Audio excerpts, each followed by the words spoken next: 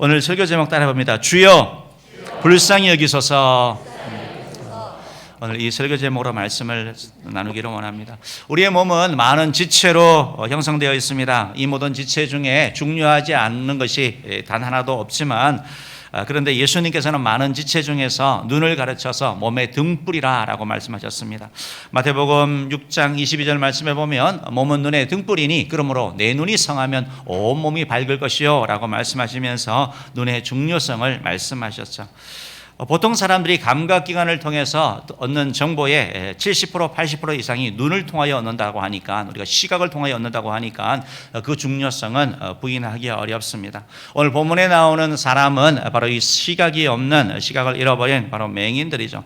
예수님께서 유월절을 지키기 위해서 여리고를 지나가실 때 마침 길가에 있던 두 맹인이 예수님이 지나가신다는 소식을 듣고, 소문을 듣고 주여 우리를 불쌍히 여기소서라고 간청합니다. 외칩니다. 기도지요. 두 맹인이 외친 주여 우리를 불쌍히 여기소서라는 그 표현은 헬라어로 하면 키리에 엘레이손, 제가 찾아보니까 엘레이손 헤마스 퀴리에 히오스 다비드 해서 바로 불쌍히 여겨달라, 다윗의 자손이여 우리를 불쌍히 여겨달라라는 그런 간청인 것을 볼 수 있습니다.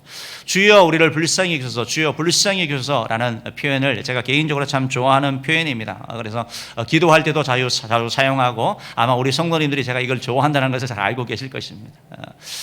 수시로 하나님 앞에 하나님 불쌍히 여겨달라고, 하나님 은혜를 베풀어 달라고 이렇게 기도하고 나가고 있습니다. 우리 할렐루야 찬양대에서 우리가 기도가 한 후에 우리 장로님의 그런 감동적인 그런 간절한 기도 후에 우리를 불쌍히 여달라는 그런 담내성을 하잖아요. 너무 감동이 있죠. 우리가 아무리 애써도 하나님 우리를 불쌍히 여겨주시고 하나님이 은총을 베풀어 주셔야지 우리가 살게 되기 때문에 그렇다라는 것입니다. 사랑하는 성도 여러분, 예수님은 주여 우리를 불쌍히 여기소서라고 하는 이 맹인들을 불쌍히 여겨주셔서 이들을 고쳐주십니다. 이들의 문제를 해결해 주신 것이 바로 오늘 본문의 내용인 것입니다. 로마서 9장 15절 말씀에 보면 이렇게 말씀합니다. 모세에게 이르시되, 같이 읽어봅시다. 모세에게 이르시되 내가 긍휼히 여길 자를 긍휼히 여기고 불쌍히 여길 자를 불쌍히 여기리라 하셨으니. 그러니까 하나님이 불쌍히 여길 자를 불쌍히 여겨주시고 긍휼히 여길 자를 긍휼히 여겨주시는데 누가 판단하는 거예요? 하나님이 판단하신 거예요. 하나님이. 그 하나님 앞에 우리가 긍휼을 입어야 되는 것이고, 하나님 앞에 불쌍히 여김을 받아야 되는 것이죠. 하나님은 우리를 긍휼히 여겨주기를 원하시고 불쌍히 여겨주기를 원하시는 것이죠. 우리 하나님께 나아가면 이런 은혜를 입는 것입니다. 우리 하나님께 긍휼히 여김을 받으면, 불쌍히 여김을 받으면 우리의 문제, 고통, 아픔이 해결되는 것이죠. 우리가 신앙생활을 해나가면서 이 땅을 살면서 여러 가지 어려움들이 있고 또 시련들이 있고 고통이 있지만, 하나님의 은혜 가운데 살기 위해서 우리가 구해야 되는 것은 하나님 불쌍히 여겨 주옵소서, 하나님 은혜를 베풀어 주소서라고 하는 그런 간구인 줄 믿습니다. 우리 주님이 우리를 불쌍히 여겨 주신다면, 우리에게 긍휼을 베풀어 주신다면 우리의 삶이 달라질 것입니다. 앞을 보지 못했던 맹인이 예수님께서 불쌍히 여겨 주실 때 그들의 눈을 떴고 또 예수를 따라가는 인생이 바뀌는 역사가 일어나는 것을 보게 되는 것입니다. 저는 오늘 그래서 여러분들과 함께 주여 불쌍히 여기소서, 바로 예수님께 긍휼을 입은, 불쌍히 여김을 받은 이 두 명의 맹인들이 외친 주여 우리를 불쌍히 여기소서 하는 이것이 어떤 말인지 세 가지로 살펴보기를 원합니다. 첫 번째로 주여 우리를 불쌍히 여기소서라는 바로 겸손한 외침입니다. 따라합시다. 겸손한 외침입니다. 따라합시다. 주여 불쌍히 여기소서. 이거는 겸손한 외침이에요. 무슨 말입니까? 주님, 나는 주님의 도움이 필요합니다. 주님의 은혜가 필요합니다. 인정하는 거 아닙니까? 나는 문제가 많습니다. 주님 도와주세요. 그건 바로 겸손한 외침이었다라는 것입니다. 예수님께서 길을 가실 때 예수님의 제자들과 또 많은 사람이 이렇게 따랐죠. 그런데 때마침 길가에 있던 맹인이 바로 예수님이 지나간다는 소식을 듣고 소리를 지르는 거 아니겠습니까? 주여 우리를 불쌍히 여기소서, 도와주시옵소서, 도움이 필요합니다. 현재 모습을 인정하는 것이 바로 겸손인 것이죠. 베드로전서 5장 5절 말씀에 보면 하나님은 겸손한 자에게 은혜를 주신다라고 말씀하고 있습니다. 같이 한번 읽어봅니다. 젊은 자들아 이와 같이 장로들에게 순종하고 다 서로 겸손으로 허리를 동이라. 하나님은 교만한 자를 대적하시되 겸손한 자들에게는 은혜를 주시느니라. 아멘. 이 말씀이 무슨 말입니까? 우리가 젊다 보면 연세 드신 분들, 장로님들, 나이 드신 분들보다 우리가 힘이 있을 수 있고 지적으로 더 많이 알 수도 있고 또 물질적으로 더 풍요로울 수가 있습니다. 그러면 은연중에 이렇게 좀 교만한 마음이 드는 거예요. 근데 뭐라고 말합니까? 젊은 자들아, 겸손, 장로님들에게 순종해라, 어른에게 순종해라, 공경해라, 자녀들은 부모에게 순종하라라고 하는 건 똑같은 거죠. 겸손으로 허리를 동여라, 항상 겸손해라라고 말씀합니다. 그러면서 하나님이 하시는 말씀이 따라합시다. 겸손한 자들에게는 은혜를 주시느니라. 하나님이 겸손한 자에게 은혜를 주신다라고 말씀하고 있는 거예요. 앤드류 모레이 목사님은 우리에게 겸손에 대해서 설명하면서 겸손에 대한 이유가 우리가 세 가지가 있는데, 첫째, 우리는 하나님이 아닌 피조물이기 때문이고, 두 번째, 우리는 죄인이기 때문이고, 또 세 번째는 바로 성도들이기 때문이다라고 말하고 있습니다. 우리가 하나님의 자녀이고 또 예수 그리스도의 제자이기 때문에 우리는 겸손해야 된다라고 말씀하는 거죠. 겸손한 자에게 하나님이 은혜를 허락하여 주시는 것이죠. 하나님 앞에 자기 자신을 바로 아는 것, 나의 문제를 인정하는 것, 이게 바로 겸손함이죠. 겸손하지 아니하면 인정하지 아니합니다. 나는 문제 없어라고 얘기합니다. 다 상대방이 잘못했다고 얘기를 합니다. 여러분, 가정에서 남편과 아내가 싸우는데 스스로 아내가 잘못했다, 남편이 잘못했다 하는 사람은 별로 없는 것 같아요. 부부싸움에서 다 들어오면 다 아내는 남편이 잘못했다 그러고 남편은 아내가 잘못해서 아내가 문제라고 얘기를 하면서 오는 것을 보게 되는 것입니다. 교회에서도 어떤 문제가 일어나면 정말 좋은 교회는, 겸손한 교회는 그런 거죠. 목사는 내 탓입니다 라고 얘기하는 거. 장로님들은 우리 때문에 그렇습니다. 권사님은 우리 권사님들이 기도 안 해서 그렇습니다. 장로집사님들은 우리가 헌신하지 않아서 그렇습니다. 이렇게 말하는 것은 바로 겸손한 교회고 주님이 기뻐하는 교회이죠. 사랑하는 성도님은 당시에 많은 병자가 있었습니다. 우리의 병은 육신의 병도 있고 또 마음의 병도 있고 영혼의 병도 있습니다. 맹인, 보지 못하는 거 보면 밖으로 드러나는 문제이기 때문에 누구나 알 수 있습니다. 그런데 우리 속에 있는 병, 영적인 병, 마음의 병은 잘 드러나지 않습니다. 그러나 어떻게 보면 바깥으로 보지 못하는 것보다 영적인 맹인이, 영적인 문제가 훨씬 더 큰 병이라는 것을 우리가 알 수 있습니다. 우리가 영적인, 육체적인 병을 진단하기 위해서 의사를 만나고 CT를 찍고 엑스레이를 찍고 MRI를 찍고 진단을 받습니다. 마찬가지로 우리도 영적인 병을 진단하는 그러한 기준이 있습니다. 오늘 우리가 영상을 봤지만 그 가운데 목사님을 통하여 선포된 그 간절한 간구 가운데도 있지만 우리가 영적으로 병들면 전도에 대한 관심이 없어집니다. 영혼 구원에 대한 마음이 없어지는 겁니다. 내가 직접적으로 하든 못하든 어쨌든 이것이 우리 모든 자에게 주어진 지상 대명이라는 것을 인정하고 기도하고 최선을 다해서 참여하는 것, 이게 바로 영적으로 건강한 거죠. 그래서 오늘 우리도 작정하며 나가는 거 아닙니까? 또한 우리의 예배 생활을 보면 우리가 영적으로 병들었나 병들지 않나를 알게 되는 것입니다. 예배에 지각하고 예배 시간에 그런 집중하지 않는 그런 태도들을 보면 병든 걸 알 수 있습니다. 왜냐하면 예배는 하나님께 우리가 드리는 것이고 또한 예배를 통해 하나님의 말씀을 먹는 건데 몸이 아프면 밥을 잘 못 먹잖아요. 똑같은 거예요. 이런 일들이 우리 삶 가운데 나타나는 겁니다. 기도 생활도 마찬가지입니다. 기도 생활이 소홀해지고 자꾸 나태해지는 거, 자꾸 기도 빠지게 되면 영적으로 병들게 되는 것입니다. 아울러서 우리 삶을 이렇게 보면서 우리 입술 가운데 기쁨, 감사보다 핑계가 많아지고 불평이 많아지고 비판이 많아지면, 부정적인 일들이 많아지면 영적으로 병든 거예요. 우리가 육적인 것뿐만 아니라 영적으로 하나님의 도움을 입어야 된다는 것입니다. 더 큰 것은 죄에 대한 무감각이죠. 죄를 짓는데 양심의 가책을 느끼지 아니하는 겁니다. 남들 다 하는데 그래서 아주 그냥 이 화인 맞은 양심처럼 우리가 아주 뻔뻔해지는 거, 이게 바로 영적으로 병든 거예요. 혹시 여러분 가운데 이런 증상이 있으면 하나님 앞에 나아가야 되는 것이죠. 하나님 앞에 나아가야 되는 것이죠. 보이는 병은 감출 수 없기 때문에 드러내지만 우리의 속의 병은, 마음의 병은 자꾸 감추려고 합니다. 자존심 때문에 감추려고 하는 거죠. 생을 어느 정도 살다 보면 과거를 회상하면서 이렇게 후회하는 일들이 있습니다. 에이, 그깟 자존심이 뭐길래 그때 하나님의 은혜를 구했어야 되는데, 그때 사람에게, 그때 친구들에게, 그때 그 사람에게 좀 미안하다고 말했어야 되는데 그 자존심이 뭐길래. 사랑하는 성도 여러분, 겸손함은 바로 이 자기 자신을 인정하는 것입니다. 주님, 내가 문제가 있다라고 인정하는 것이죠. 우리의 마음에 여러 가지 문제가 있습니다. 아무것도 아닌데 쉽게 상처받고 부정적이 되고 비판적이 되고 늘 분노하고 미움과 증오심으로 가득 차 있는 거, 마음에 병든 것입니다. 세상을 자꾸 저주합니다. 밝은 것보다 안 좋은 것만 바라보게 되는 거, 패배의식, 좌절 가운데 빠져 있는 거, 마음이 병든 것입니다. 이런 사람은 자신뿐만 아니라 주변 사람들까지 힘들게 하는 것이죠. 사랑하는 성도 여러분, 우리에게 육적인 병과 마음의 병과 영적인 병이 있을 때 우리도 주님 앞에 나아가서 주여 나를 불쌍히 여기소서라고 외치는 자 되기를 주님으로 축원합니다. 병들었음을 인정하는 것, 내가 문제가 있는 것을 인정하는 것, 그것이 바로 진정한 겸손이고 그렇게 나아갈 때 주의 은혜를 누리게 되는 것입니다. 주님, 내 입술 가운데 원망과 불평이 가득합니다. 하나님 아버지, 부정적입니다. 주님, 바꾸어 주시옵소서. 하나님, 예배에 대하여, 기도에 대하여, 하나님께 맡긴 일들에 대한 열정이 다 식어버렸습니다. 주님, 나를 불쌍히 여겨 주옵소서 라고 기도할 때 하나님께서 우리를 불쌍히 여기셔서 우리 삶 가운데 회복의 은혜를 주실 줄 믿습니다. 그런 애가 우리 모두의 길을 주님으로 축원합니다. 두 번째로 오늘 맹인들이 외쳤던 주여 불쌍히 여기소서라는 것은 바로 간절한 외침입니다. 합시다. 간절한 외침입니다. 간절함이에요. 간절함이 나타나 있는 것입니다. 신앙생활 가운데 신앙생활의 중요한 요소 가운데 하나가 바로 간절함이죠. 간절하다는 것은 사모하거나 소원하는 마음이고 너무나 절실하다는 그런 표현을 얘기를 하는 것입니다. 과거에 우리는 정말 우리 예수 믿지 않은 우리 민족들 가운데도 정말 간절히 빈 사람이 있습니다. 성황당에 가서 치성을 해서 빈 거죠. 간절함으로 하는 거죠. 물론 그런 간절함을 얘기를 하는 것은 아닙니다. 우리는 바로 하나님 앞에 이렇게 바른 하나님 앞에 나아가야 된다라고 얘기하고 있는 것입니다.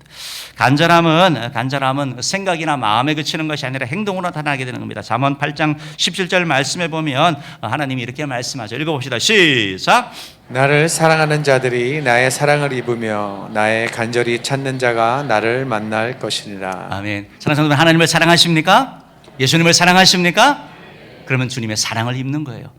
주님을 사랑하는 자에게 하나님이 사랑을 입는다고 말씀하고 있습니다. 주님을 간절히 찾는 자가 나를 만날 것이다 라고 주님이 말씀하고 있습니다. 사랑하는 성도 여러분, 간절함으로 주님 앞에 나아가서 주님을 발견하는 은혜가 있기를 주의 이름으로 축원합니다. 오늘 이 두 맹인이 어떻게 간절함으로 나아갔습니까? 이들은 바로 예수님이 지나간다는 소식을 듣고 그 기회를 놓치지 아니하는 거예요. 여러분, 간절하면 그런 기회가 있으면 매달리는 겁니다. 다음에 할게요. 다음에 간절하지 않아서 그러는 거예요. 간절하면 그 기회를 어떻게 놓칠 수가 있어요? 그래서 그 기회를 잡는 것, 바로 이런 맹인들의 모습 가운데 간절함이 나타나 있어. 또한 이들의 간절함은 바로 주변 사람들이 시끄럽다 그만해라 라고 얘기를 하는데도 계속해서 나를 불쌍히 주소서라고 구하는 것을 보면 알 수 있습니다. 오늘 성경 바로 31절 말씀 한번 읽어봅시다. 31절 말씀 읽어봅니다. 시작. 무리가 꾸짖어 잠잠하라 하되 더욱 소리질러 이르되 주여 우리를 불쌍히 여기소서 다윗의 자손이여 하는지라. 여러분, 간절함이 느껴지지 않으세요? 여러분, 기도 한번 하고 기도 제목이 뭔지도 모르고 그게 아니고 간절함으로 나아가는 것은 방해가 있음에도 어려움이 있음에도 하나님 앞에 간절함으로 나아가는 것. 그래서 하나님의 은혜를 누리는 것이죠. 인생을 살면서 여러분, 우리 삶을 살면서도 실력이 정말 필요하죠. 그러나 실력 못지않게 중요한 것이 바로 태도 아닙니까? 바로 간절한 그런 태도. 어떤 경우는 실력이 조금 부족해도 간절한 그런 태도를 통해서 길을 찾게 되고 도움을 잊게 되고 승리하게 되는 것을 보게 되는 것입니다. 성경에도 보면 간절함에 대한 말씀이 참 많이 있는데요. 같이 한번 찾아봅시다. 누가복음 22장 44절, 바로 예수님의 간절함입니다. 읽읍시다. 시작. 예수께서 힘쓰고 애써 더욱 간절히 기도하시니 땀이 땅에 떨어지는 핏방울 같이 되더라. 아멘. 이게 바로 겟세마네 동산에서 십자가 지기 전에 예수님이 하신 기도를 표현했거든요. 예수님이 기도하셨는데 어떻게 하셨대요? 힘쓰고 애써 더욱 어떻게 해요?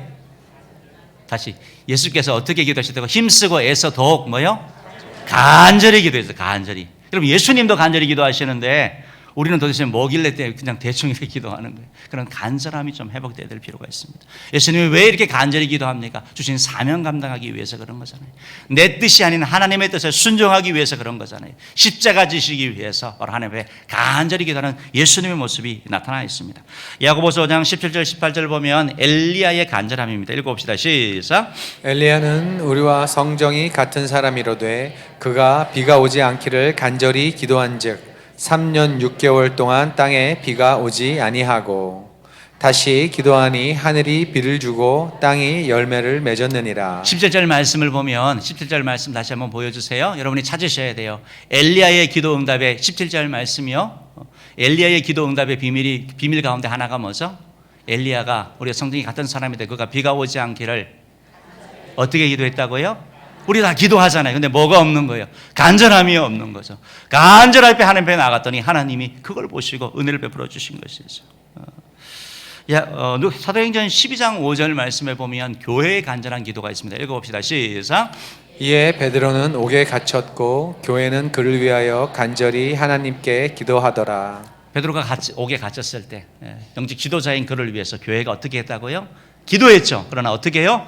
간절히 기도했다. 간절히 기도했다. 우리의 간절함이 회복될 필요가 있습니다. 시편 78편 34절 말씀에 보면 이런 말씀이 있는데 읽어봅시다. 시작.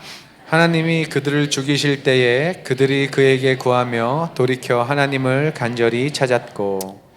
하나님의 징계가 있었습니다. 그런데 하나님이 그들을 죽이는 거예요. 그런데 그 가운데도 그들이 하나님께 회개하고 돌아와가지고 돌이켜가지고 하나님께 구하며 기도하는데 어떻게 했다고요? 하나님을 간절히 찾는 거, 간절히 찾는 거. 여러분, 기도의 요소 가운데 너무 중요한 것이 간절함이라고 말씀하고 있는 거예요. 징계 가운데서도, 고통 가운데서도, 하나님의 그런 심판 가운데서도 하나님께 간절히 구하면 하나님이 은혜 주신다라고 말씀하고 있는 것을. 이엠 바운즈라는 분이 있는데 이분은 기도에 대한 책을 정말 많이 썼습니다. 기도의 사람, 기도의 선지자라고 알려져 있죠. 이분은 매일 언제나 새벽 4시에 일어나서 새벽 7시까지 3시간 기도하고 그 다음에 이 일들을 해내갔대요. 한국 사람 아니에요. 한국 사람 아니에요. 기도의 사람들이에요. 주의 종들이요.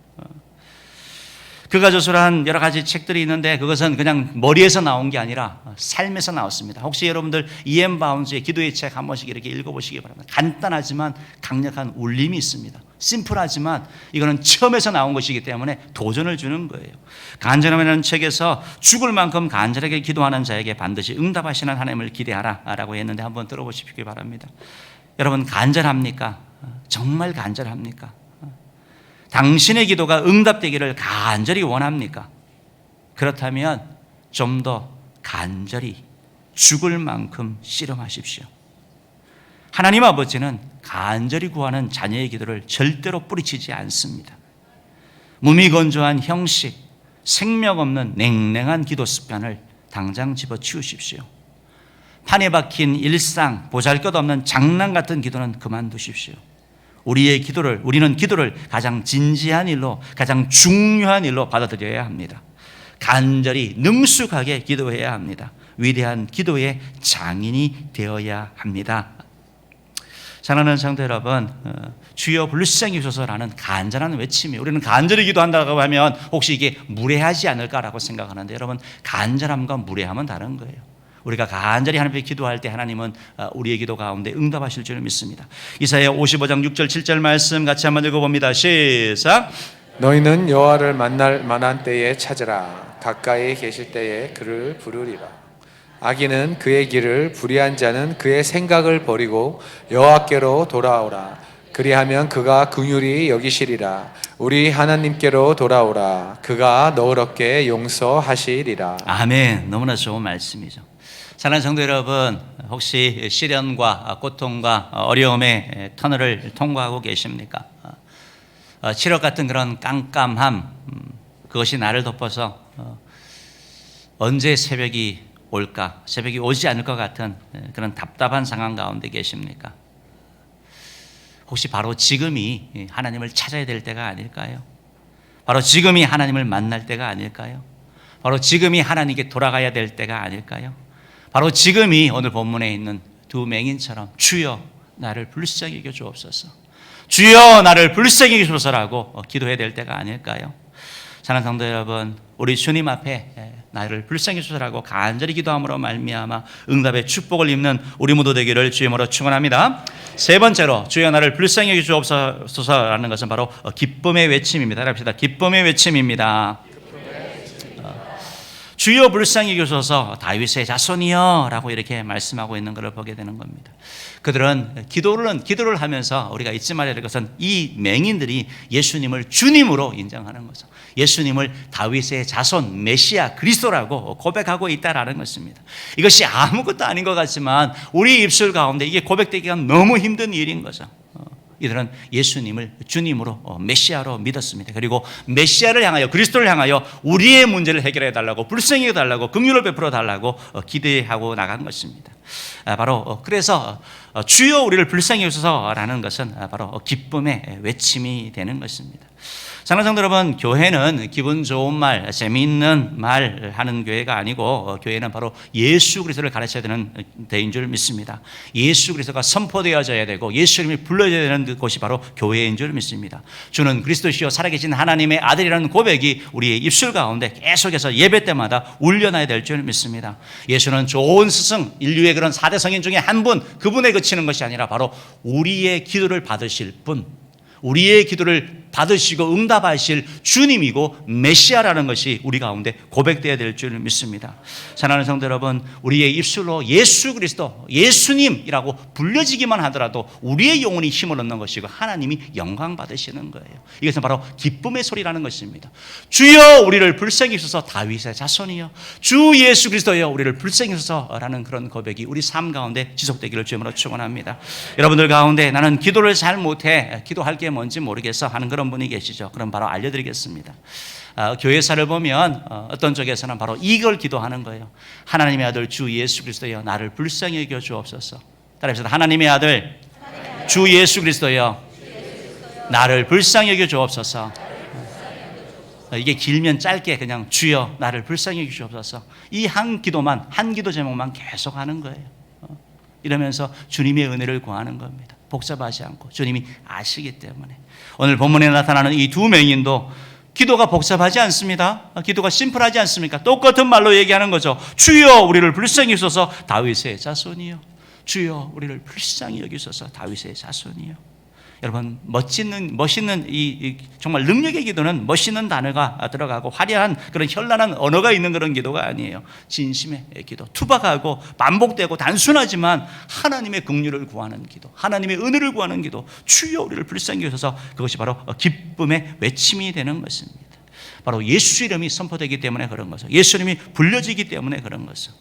왜 주여 우리를 불쌍히 여기소서가 바로 기쁨의 외침이 됩니까? 그것은 바로 주님께서 우리의 기도 가운데 응답하시기 때문에 주님 앞에 나가는 것이 바로 기쁨의 외침이 되는 것이죠. 예수님께서는 이 주여 나를 불쌍히 여기소서, 우리를 불쌍히 여기소서라는 그 외침을 듣고 가시던 발걸음을 멈추시고 그들을 불러주십니다. 주님이 부르신다는 소식을 듣자 그들은 예수님께 나아갑니다. 예수님이 그들에게 묻습니다. 무엇을 하여 주기를 원하느냐? 이들이 대답합니다. 33절 말씀 읽어봅시다. 33절 한번 읽어봅니다. 시작. 이르시되 너희에게 무엇을 하여 주기를 원하느냐? 이르되 주여 우리 눈뜨기를 원하나이다. 우리 눈뜨기를 원합니다 라고 얘기를 하는 거죠. 여러분 한번 생각해 봅시다. 이들은요 맹인이었어요. 맹인이기 때문에 당시 할 수 있는 일이 구걸하는 거예요. 날마다 사람 앞에 가가지고 동전 얻어가지고 그걸로 살아가는 거예요. 사람들의 무시, 사람들의 동정 받는 거 익숙해 있습니다. 이게 도대체 사람 삶인가? 라고 하지만 그러나 다른 길이 없는 거예요. 이렇게 살 수밖에 없는 거죠. 그런데 예수님이 이들에게 뭘 하여 주기를 원하냐라고 얘기할 때 이들이 돈을 주세요 라고 말한 게 아니라 우리가 보기를 원합니다. 새롭게 살기를 원합니다. 변화를 원합니다 라고 고백하고 있는 거죠. 무슨 일이 일어납니까? 34절 말씀 한번 읽어봅시다. 34절 읽어봅니다. 시작. 예수께서 불쌍히 여기사 그들의 눈을 만지시니 곧 보게 되어 그들이 예수를 따르니라. 예수님께서 손을 대심으로 이들을 고쳐주셨죠. 이들이 변화되어서 예수님을 따르는 제자가 된 것을 말합니다. 여러분 기도를 잘해야 되는 거예요. 잘해야 되는 것을. 오늘 성경에 보면 34절 말씀에 보면 예수님께서 불쌍히 여기셨다라고 표현되었습니다. 불쌍히 여기셨다. 그래서 아니 이 두 맹인이 불쌍히 여기셔서라고 했더니 예수님이 불쌍히 여기셨다라고 생각할 수 있는데 원어를 보면 이건 다른 단어를 쓰고 있습니다. 우리가 과거에 보던 개역 성경에는 민망히 여기셨다라고 표현하고 있습니다. 맹인들이 얘기했던 예수님 우리를 불쌍히 여겨달라는 것은 영어로 하자면 have mercy on me, 자비를 베풀어달라, 긍휼을 베풀어달라는 그런 의미이고, 여기서 예수님이 불쌍히 계셨다는 것은 영어로 하면 compassion을 얘기를 합니다. compassion은 come이라는 단어와 passion이라는 단어의 합성인데요. come은 함께, 같이라는 그런 의미가 있고, passion은 고난, 아픔, 순환이 담겨져 있는 겁니다. 그래서 예수님께서 그들을 볼 때 당신이 그들의 문제가 아니라 바로 나의 문제를 여기 계신 것을 말씀하고 있는 거죠. 예수님이 불쌍히 여겨주시는 것, 예수님은 우리를 긍휼히 여기시는 분이시죠. 우리의 고통과 괴로움에 함께 하시는 분, 바로 우리를 불쌍히 여겨주신다고 말씀하고 있는 거죠. 내가 당하고 있는 고난 누구도 이해하지 못한다고, 알아주지 못한다고 하지만 그 주님이 알아주시고 함께 아파해 주시는 분, 그분이 바로 예수님이시죠. 목자 없는 양같이 방황하는 우리를 보시고 긍휼히 여겨 주시는 분이시고 질병과 고난으로 고통받는 우리를 불쌍히 여겨 주셔서 고쳐주시는 분, 바로 우리를 불쌍히 여겨 주시는 예수 그리스도이신 것이죠. 이들은 눈이 열려서 그들은 단순히 눈이 뜬 게 아니라 영적인 눈까지 떠서 예수 그리스도를 따르는 제자가 되고 인생이 완전히 바뀌는 일이 일어나게 된 것입니다. 사랑하는 성도 여러분, 예수님을 만나서 예수님께 불쌍히 여김을 받는다라면 우리 삶의 문제도 해결될 줄 믿습니다. 불쌍히 여김을 받는 것, 하나님의 은혜를 누리는 것, 이게 너무나 중요한 것이죠. 성경에 보면 이런 표현들이 너무 많이 있는데 우리 한번 이렇게 좀 찾아보기를 원합니다. 마태복음 14장 14절 말씀 한번 읽어봅시다. 시작. 예수께서 나오사 큰 무리를 보시고 불쌍히 여기사 그 중에 있는 병자를 고쳐 주시니라. 여기서도 불쌍히 컴패션을 얘기를 하는 거예요. 예수님이 불쌍히 여기셔서 어떻게 하셨다고요? 고쳐주시는 거예요. 예수님이 불쌍히 여기시면 고쳐지는 겁니다. 마가복음 1장 41절 42절 한번 봅시다. 시작. 예수께서 불쌍히 여기사 손을 내밀어 그에게 대시며 이르시되 내가 원하노니 깨끗함을 받으라 하시니 곧 나병이 그 사람에게서 떠나가고 깨끗하여 진지라. 예수님께서는 우리의 영적인 병, 육적인 병, 마음의 모든 병을 치유하시는 거예요. 이거 지금 나병을 치유하신 걸 얘기합니다. 육체의 병을 예수님이 불쌍히 여겨주셔서 치유해 주셨다라고 말씀하고 있는 것을. 마태복음 15장 22절 말씀 읽어봅시다. 시작. 가나안 여자 하나가 그 지경에서 나와서 소리질러 이르되 주 다윗의 자손이여 나를 불쌍히 여기소서 내 딸이 흉악하게 귀신 들렸나이다 하되. 예수님께 Have mercy on me, 나를 불쌍히 달라고 얘기를 할 때 예수님이 그를 불쌍히 주셔서 예수님이 취해 주시는 것이죠. 여러분, 가나안 여자가 나와가서 귀신 들렸잖아요. 귀신, 영적인 병 아닙니까? 예수님이 취해 주시는 거죠. 마가복음 17장 15절 말씀 읽어봅시다. 시작. 주여 내 아들을 불쌍히 여기소서 그가 간질로 심히 고생하여 자주 불에도 넘어지며 물에도 넘어지는지라. 간질, 정신적인 병으로 얘기를 하는 거죠. 이것도 예수님이 고쳐주시는 거죠. 예수님께 나와서 불쌍히 해달라고 얘기를 할 때 예수님이 불쌍히 여겨주시면 그것이 영적인 병이든 육적인 병이든 마음의 병이든 어떤 병이든지 치유되는 줄 믿으시기를 바랍니다. 그렇기 때문에 주여 우리를 불쌍히 여겨주셔서 하는 이 고백은 바로 믿음의 고백이 있는 거죠. 믿음으로 예수님이 주라고 고백하는 거고 예수님이 메시아라고 고백하는 거고 예수님의 모든 문제 해결자라고 고백하기 때문에 나를 불쌍히 해달라고 고백하는 것이고 주님께 그 고백을 들으셔서 정말 불쌍히 해주셔서 문제를 해결해 주신 것을 볼 수 있는 것입니다. 사랑하는 성도 여러분, 주님이 우리를 불쌍히 여겨주신다면 우리가 갖고 있는 어떤 문제도 해결될 줄 믿습니다. 주님의 그 기적의 역사가 일어날 줄 믿습니다. 주님 앞에 불쌍히 힘을 받는 우리 모두 되기를 간절히 바랍니다. 오늘 이 말씀을 이렇게 생각을 하면서 이런 생각을 해보는 거죠. 그러면 이 맹인들이 예수님을 어떻게 알게 되었을까? 누군가가 전해준 거죠. 누군가가 얘기해 준 거죠. 어떤 매경이, 어떤 소경이 예수님을 만났는데 그 사람이 눈을 띄어줬대. 어떤 병이 있던 사람이 고침을 받았대. 여러분, 우리가 초청축제하는 이유가 뭡니까? 바로 이런 예수님을 전하는 거 아니겠습니까? 내가 물질 고통을 겪다가 주님의 은혜로 일어났습니다. 건강을 잃었는데 다시 회복되었습니다. 여러 문제가 있었는데 하나님의 은혜로 나아간 것입니다. 부부 갈등으로 말미암아 가정이 너무 힘들었는데 지금은 너무 행복한 가정이 되었습니다.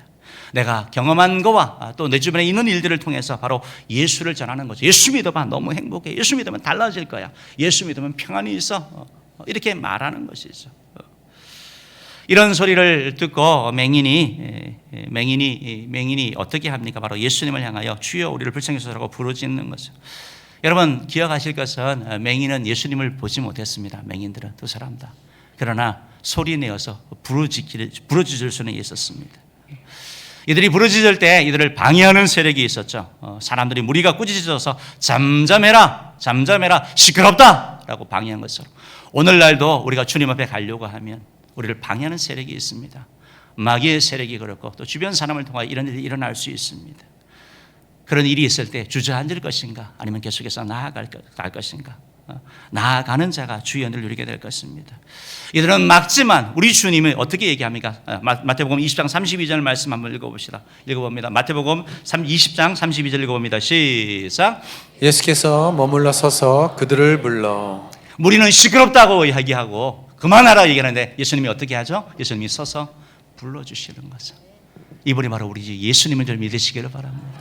예수님은 여러분의 소리를 듣기 원하는 거예요. 여러분의 강구를 듣기를 원하는 거예요. 여러분의 믿음의 고백을 듣기를 원하시는 것입니다. 우리 주님 앞에 나가서 주님, 우리를 불쌍히 여겨 주옵소서, 우리에게 긍휼을 베풀어 주옵소서라고 간구하는 우리네 모든 성도님 되기를 주의 이름으로 축원합니다. 이 예화를 하고 마치겠는데요. 한번 영상 우리 PPT 한번 보여주시기 바랍니다.